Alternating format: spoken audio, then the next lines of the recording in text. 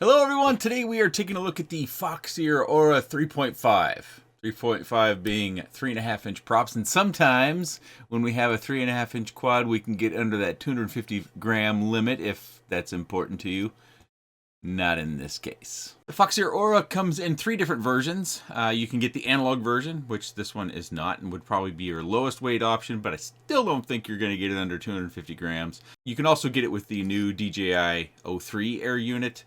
Vista, or Link as we're now calling the one that I have, and it also comes in an HD0 version, which could be close to the analog version. Obviously we have a lot of 3D printed parts, and you're probably looking at this strap and going, what? I don't think somebody packed my box correctly, because I got no spares, no accessories, no nothing. Starting off with the weight, even without a battery, 267 grams. I flew it on these 2 batteries. Mainly you're going to see the 850 milliamp 4S battery, but I did take it for a ride on this slow, cruisy sort of exploratory flight with this 1300 milliamp, super old, probably 6-year-old nanotech. And I think you'll get 10 minutes of flight at least in kind of a cruisy exploratory flight if you're using a fresh 1300 milliamp 4S battery. With the bigger of the 2 batteries, it comes in at 415 grams. And with the smaller battery, which I fly more aggressively in this video, it comes in at 365.8 grams. The arms are beefy and thick, 5mm thick. And their width is approximately 7.5, but it varies depending upon which end of the arm you try to measure from. The bottom of the 2 sandwich plates is 2mm thick, as well as the top of the sandwich plate. The carbon fiber top plate looks to be 2mm thick as well. And motor post to motor post, it comes in somewhere larger than my calipers will stretch to. Let's call it 165. As I previously mentioned, we've got the RunCam Link. You might also call this the Vista by its previous name.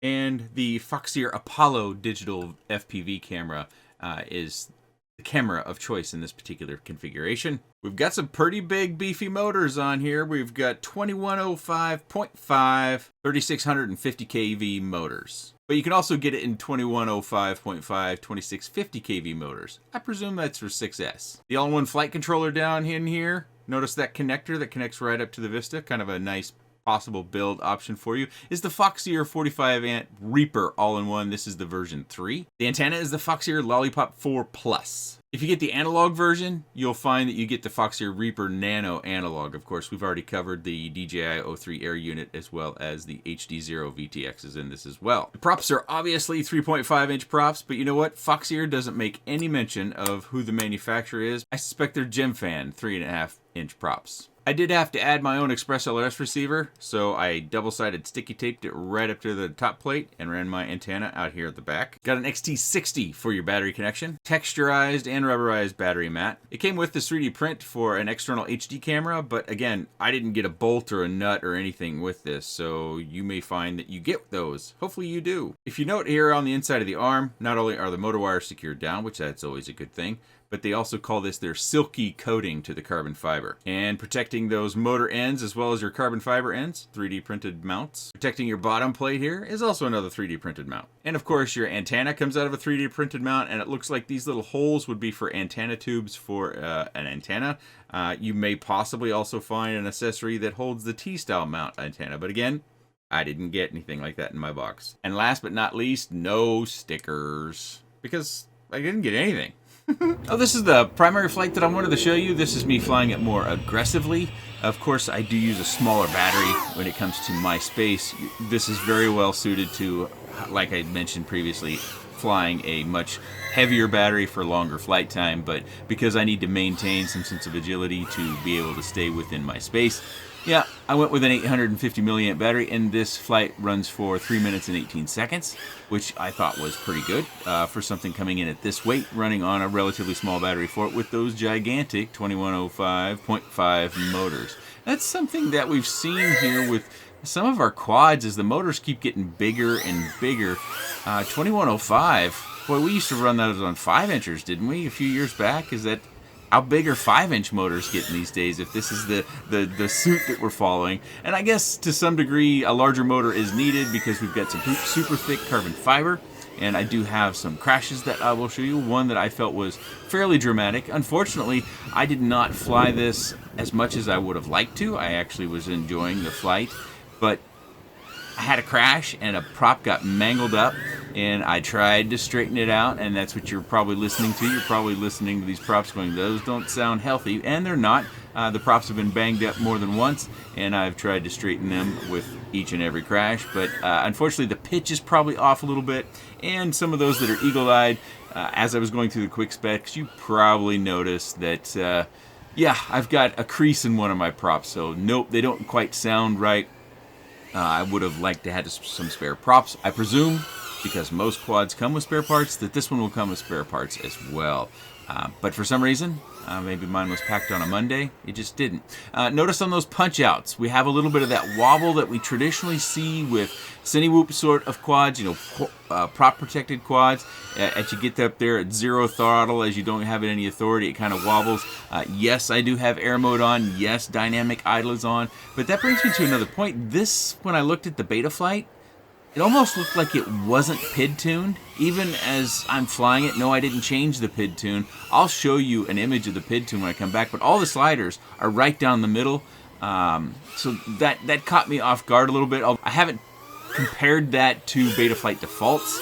It's just really unusual that you just find the sliders just right down the middle for all the sliders. You know, because when you enter the numbers manually, at least in the versions of Betaflight that I'm used to looking at, kind of disables the sliders because it makes those slider ratios out of whack when you do the manual entering of the Betaflight. But I could be stand corrected. They may have changed something in this version of Betaflight, excuse me, to where if you do manually set the tune, that the sliders are still available for you. But that was something else that I noticed about this setup, is that it was, you know, it flies fine. It's very controllable. I felt that it tracked well. There wasn't anything that threw me off. It doesn't have big bounce backs or anything like that. But the combination of the fact that it initially didn't have air mode set up at all, it was actually disabled, and that we have those wobbles even with air mode made me kind of think we might have a little bit of an issue. The flight has ended. Again, that was on an 850 milliamp 4S battery, and it was 3 minutes and 18 seconds. So pretty good flight time. We've jumped pretty deep into this long cruisy flight, and I don't like it calling it cruising because in my mind that sounds like it could be potentially a little bit negative.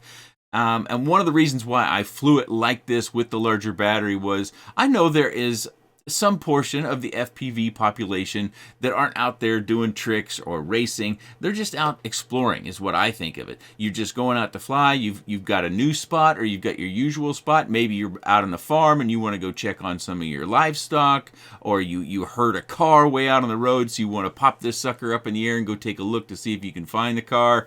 Make sure they're not aren't kids parking on your property and doing things they shouldn't be or something, but more of an exploratory flight. So I did this. Again, it's on that 5-6 year old nanotech battery, one I have certainly not treated well. It's one of the batteries I use for goggles, and when the battery gets too low, I'm just like, meh. But you can see there as we come in at the end of the flight that flight was almost 10 minutes. And I think on a good battery, a 1300 milliamp good battery, you'll get 10 minutes. And on a 1500 milliamp battery, you'll probably get 12 minutes. I'm just guessing there, but that's about the ratio of battery usage that we see. All right, here is just some flight from, again, some of my faster flights, and I clip a few things. This I'm just showing you to give me a little bit of time to tell you that this is the crash reel of the flights that I had. These are the most dramatic crashes, not all of the crashes. I go through and I pick them out just so you can get an idea about the durability. I think this one's going to be pretty durable, though. Oh, jeez.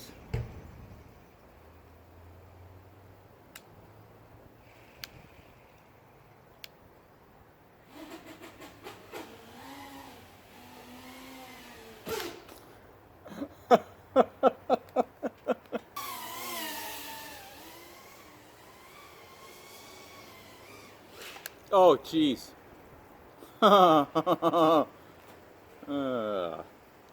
Well, I guess that's the end of that flight. So one of the reasons why I think this is going to be durable is they've used larger scale hardware for the most part when it comes to this particular quad. And that's, again, the reason why the weight is up there as well. So we've got M2 screws rather than M1.5. We've got all metal, and they have a bit of a gnarling or texture on the posts. They're all metal posts as well. And if we look around here at the bottom, we've got quite a bit of screws because we've got that classic sort of, X-frame, freestyle frame, the alien sort of style. Could have been blackout. I can't remember the blackout style that got that started. But so you could see we have a lot of screws. Look at that one. I got one backing out. Looks like I lost a nut. Oh, I did. I lost a nut. I'll repair that after the review because, it's very likely going to need repaired and I don't want to lose a part. But I wanted to show you that something I didn't kind of stress in the very beginning is it's got a little bit of a split deck design. So we have one plate here and then the upper plate. It's kind of the top plate when we're looking at it here. It's a little bit offset. So they both get secured here to the center, and then you've got the tail section and you've got the nose section that are different height levels. So your posts, say you're going to build this frame up, so your posts in the very rear are going to be shorter than the posts that you use up front. You can also see in there we've got a post right in the middle, which is really good because if you've got a big heavy battery and you land on that battery upside down without that post in the center, and because of the length of the top deck, there could be potential that wouldn't be as durable, but with that post there and that support, I have pretty good faith that I think that's going to take a pretty heavy crash, and I whacked it into that tree even though it was kind of just a fast sort of cruisy, it was supposed to be a smooth pass, just something I like to do low and that continual turn. And then I whacked this front motor and took a pretty good head-on hit, and you can see all my props are scuffed up, and this one is the guy that's really messed up, and he was turned straight up after I found him, and that was when I had the entanglement around the cabana area, the covered cookout area. This thing was turned straight out, and I fussed with it a few different times. I did the bite technique to try to flatten that out, but no, and then it wasn't getting any better with every crash I gave it.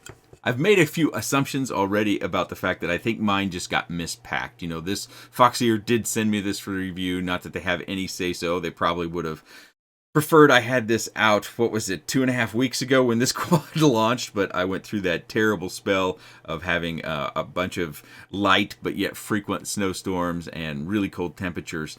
So, of course, this review is a little bit late to the game, but I think if you're not looking to stay under 250 grams and you're looking for a quad that's not the 4 or 5 inch prop size, I do think this looks to be a quality quad.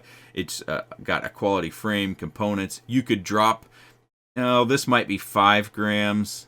You could probably drop this piece off if you didn't fly it with a GoPro. I did not fly it with a GoPro for the primary reason is it's 3.5 inch prop, and the GoPros I have are naked GoPros. I don't have full-sized. Well, I don't have a camera that I can mount that's got the battery and everything in it, so it's not going to dramatically change the weight in my test flight experience with putting one of my naked cameras on here. So I did not do that in this particular review.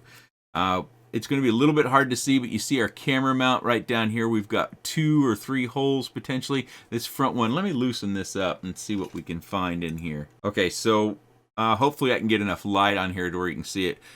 It's not a slider in one hole. It's 3 individual holes. It might even be 4. Yeah, it's actually 4. I don't know if you can see that. I think there's one here. There's one my screw is in. There's one right behind my screw, kind of half of it showing, and then we've got the rear one. So depending upon your camera and how much camera protection you get, you might be able to move the camera back and get the camera fully protected. Of course, if you do that, you are going to be probably looking at these top sections through your FPV view. But always like to call that out. Very solid on the front end, so I don't think you have anything to be concerned about. The all-in-one, I called that out earlier. Having this connector for your Vista, that's really handy. We're seeing that more and more on all-in-ones because of the popularity of running the Vista, or I presume the O3 Air units would use the same sort of connector. I only just got my goggles too the other day, so I have yet to experience an O3 Air unit. I presume that they're wired up just the same. So this all-in-one FC would be used, and it would be used with that connector as well. I think the one thing that I am a bit, and just a bit, concerned about is with the battery lead and where it comes out, and the fact that, our body has these swoops through it, and this is not a very predominant notch for our battery strap to stay in, but depending upon your battery size, you may want the strap to be right here, right where we have a point. So you may end up with a battery strap in front, but then again, you can use with 2 battery straps if you choose to. Hopefully, again, your package with the Aura 3.5 that you order, if you choose to do so, would come with 2 battery straps, so you can just use the stock ones that it comes with. Obviously, in this case, we've got easy access to all of our USBs. We've got one right there, and then we've got our button right over here. So setup, activation, all that stuff, super accessible, not a big deal. Back to the battery lead. Again, it comes right off the all-in-one. I would really like to secure this down in some manner, but there's not, try to get a shot of that, there's not a lot of space you're going to be able to do that. So one of the things that you might want to do if you have this quad or anything is try to secure that down, because if you have a bad crash and you get a battery ejection, you don't want, I always use a zip tie here. So the zip tie gives me some sort of chance that I've decreased the velocity at which this is being pulled on, or the amount of pressure. So then if it does pull on these pads, it pulls on those pads less, and then it gives us a fighting chance that we might be able to keep our voltage or our battery lead connected to the all-in-one flight controller. Because if we pull those pads off, as I say just about every time, that's a nightmare. It's, less than a 50-50 shot if you're going to be able to find a trace down there to solder anything to, and then you just got a trace. But so if we took a zip tie, we wrapped it around this arm, and we found a way to run our battery, up into our strap that's around the battery as well, and then plug in this way, that would be what I suggest to try to make sure that we keep the battery lead out of harm's way. And this is about the only spot I can see you doing it. You could come up here and zip tie it through this slot in the top plate, although I just like it down better on the arm. I think that's a better location. Just my personal preference. There's nothing to indicate that one is better than the other, so if you wanted to go this way, that would probably work just fine. Give yourself a little bit of leeway when you do that, to where you've got a little bit of a wrinkle or a little bit of looseness. You don't want to have it taut when you strap it up here or down here. You want to give yourself a little bit of extra wire, so if you do have any slippage through the zip tie, again, it's not immediately pulling on your ESC pad, or your all-in-one pad, excuse me. The flight controller is soft mounted, as you can see, with the blue, which matches the 3D printed. That's I don't know if that's luck or coordinated, but yeah, good thing. Also down here at the very bottom, they've mounted this with a metal nut down here. That's good because it keeps the flight controller from being able to move around. If you have a nylon nut, or you're missing a nut, or you only use a nut on top, there's potential that the flight controller can move in 2 different directions with vibration. So that little nut right there keeps your post vertical and solid. Then you have your vibration dampening governor, and then you've got a nylon lock. It's not a lock nut, excuse me. It's just a nylon nut up at the top. Probably use the nylon nut up the top, because then it's less likely to vibrate off. Metal nuts are much more susceptible to vibrating off than nylon is. And here's a look at the PID tune. As I mentioned earlier in the flight, I found that, the sliders are right down the middle. Betaflight experts, please tell me, is this untuned or is this tuned? Because, well, before I started recording, I forgot to check. That was a task on my list, and I hit record before I got to it. Also, the version is visible right up there at the top. You see where the Betaflight target and the version of Betaflight that is installed. So for a quad that came potentially untuned, it flew pretty well, and it tracked pretty nicely. I was able to do everything I would want to do with it. It did have that wobble when we got to the top of 0 throttle. When I do those dives, it would kind of wobble a little bit. Probably need to just turn up the dynamic idle a little bit, but there's also potential that it might need a little bit of a tweak in the PID tune in order to keep it rock steady. That's the one flight flaw that I could see. The price on this guy, depending upon which version you get, it goes anywhere from $310 to $480. $480 would be your DJI O3 Air unit. Super expensive stuff. Nothing's getting cheaper in this hobby, so I guess every time I report the price on something, I'm a bit of an old curmudgeon, where I'm remembering back to the days a couple years ago when we used to be able to buy quads like this, not HD, but quads like this, for 150, 180, maybe just $200, and then micro quads, which I typically do on this channel, we get them for like $100 sometimes. So it's getting tough out there. I know it is having enough money to support our FPV hobby is difficult, but if you are interested in the Foxeer Aura 3.5, 3.5-inch prop. I'll have links down below wherever I can find it for sale. You can choose to check out their pricing. Maybe one of their favorite shops is down there, and you can take a look at what they're selling it for, but I suspect it's around that MSRP that Foxeer is listing on their website.